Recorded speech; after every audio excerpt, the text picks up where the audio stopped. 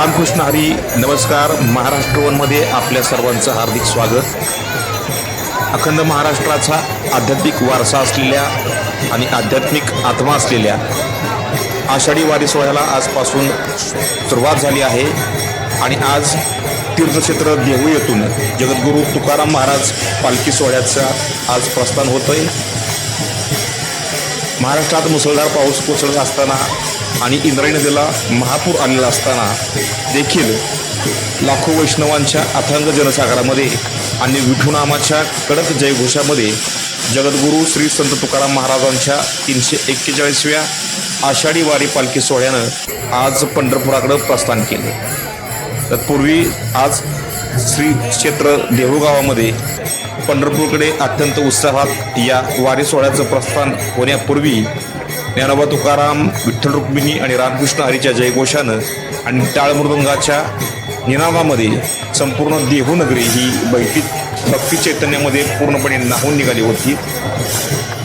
खरं तर 5-6 दिवसापासून देहू, आळंदी, पुणे या संपूर्ण परिसरामध्ये पाऊस कोसळत असताना देखील या पावसाच्या धारा अंगावर झेलत लाखो वारकऱ्यांनी आज देहूमध्ये या सोहळ्याचा भाग बनले आणि या अभूतपूर्व सोहळ्याला आपल्या डोळ्यामध्ये साठवत उभ्या महाराष्ट्रानं आज जगद्गुरू तुकोबारायांना पंढरीच्या दिशेनं आज निरोप दिला आणि तुकोबारायांच्या पालखी सोहळा हा पंढरीकडे प्रस्थान केलं.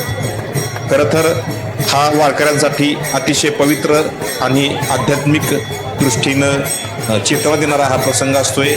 वर्षभरातून लाखो वारकरी या क्षणाची वाट पाहत असतात.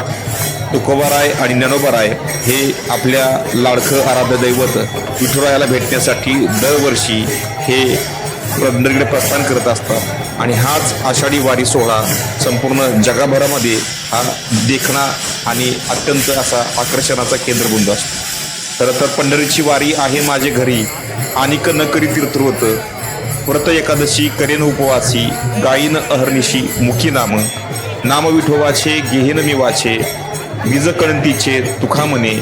अशा प्रकारचा अभंगातून तुकोबारायांनीच एक संदेश दिला होता की पंढरीची वारी माझ्या घरी आहे आणि त्याच्यामुळं मला कोणतंही तीर्थव्रत, उपवास अशा प्रकारचं करण्याची गरज नाही आहे. माझं व्रत एकच आहे, ते म्हणजे एकादशीचं व्रत आहे आणि अखंड नाम विठोबाचं घेणं हीच माझ्या वाचेला लागलेलं वळण आहे आणि त्याचमुळं विठोबाचं नामस्मरण हेच माझ्या जीवनाचं फळ आहे. अशा प्रकारचा संदेश जगद्गुरू तुकोबाराय आपल्याला देऊन गेले आणि त्यांचीच आठवण ठेवत आज लाखो वारकरी, लाखो वैष्णव बांधवांनी आज देहू गावातून तुकोबारायांच्या देऊळवाड्यातून आज पंढरीकडे प्रस्थान केलं. तत्पूर्वी प्रशासनानं विनंती करून देखील हजारो दिंड्या ज्या प्रत्येकप्रमाणे या देहू गावामध्ये येत असतात त्या देहू गावामध्ये दाखल झाल्या होत्या. पंढरपूरकडे जाण्यापूर्वी तुकोबारायांची देहू नगरी ही अत्यंत देखण्या पद्धतीनं सजवली गेली होती. शिळा मंदिर असेल, तपोनिधी नारायण महाराज समाधी मंदिर असेल, संस्थांचं मंदिर असेल, या सर्वच ठिकाणी ही आकर्षक अशी फुलांची सजावट केली गेली आहे आणि त्याच माध्यमातून आज या देहूनगरीला खऱ्या अर्थानं वैष्णवजनांचा महापूर आलेला आहे.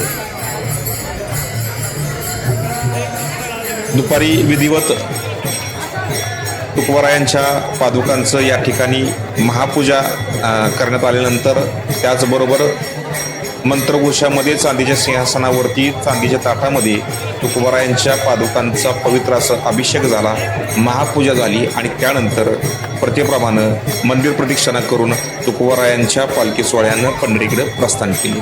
तत्पूर्वी दिवसभरामध्ये अनेक VVIP मान्यवरांनी देखील या तुकोबारायांच्या पादुकांचं दर्शन घेतलं.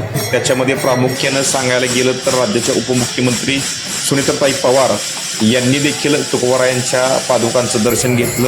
त्याचबरोबर अनेक मान्यवर या ठिकाणी उपस्थित होते. त्याच्यामध्ये खासदार श्रीरंग बारणे असतील, आमदार महेश लांडगे असतील, त्याचबरोबर आमदार सुनील शेळके असतील, माजी खासदार छत्रपती संभाजीराजे असतील, या सर्वच मान्यवरांनी या ठिकाणी तुकोबारायांचं पादुकांचं दर्शन घेतलं आणि बरोबर दुपारी ठीक 4:02 तुकोबारायांच्या पादुका या ज्ञानबा तुकारामाच्या जयघोषामध्ये पालखीमध्ये विराजमान झाल्या आणि त्यानंतर या टाळमृदंगाच्या गजरामध्ये या पालखीनं पंढरीकडे प्रस्थान केलं.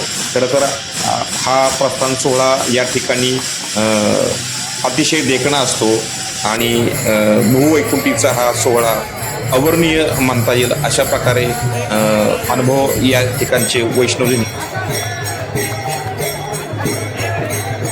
खरं तर करे टाळी बोला मुखे नाम, विठ्ठल विठ्ठल म्हणा वेळोवेळा, हा सुख सोहळा स्वर्गी नाही.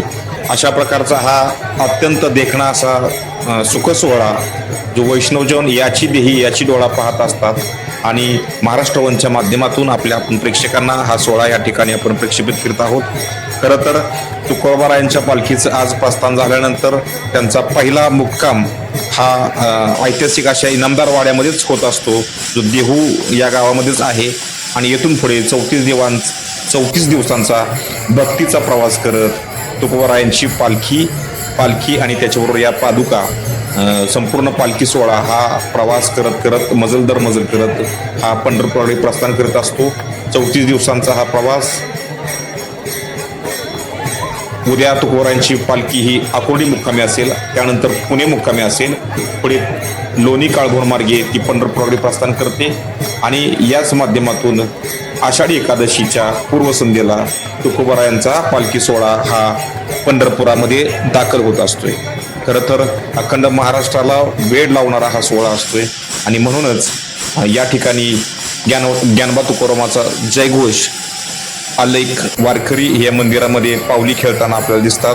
अत्यंत शिस्तबद्ध पद्धतीने हा पालखी सोहळा आणि वारकरी या संपूर्ण सोहळ्यामध्ये सहभागी होत असतात.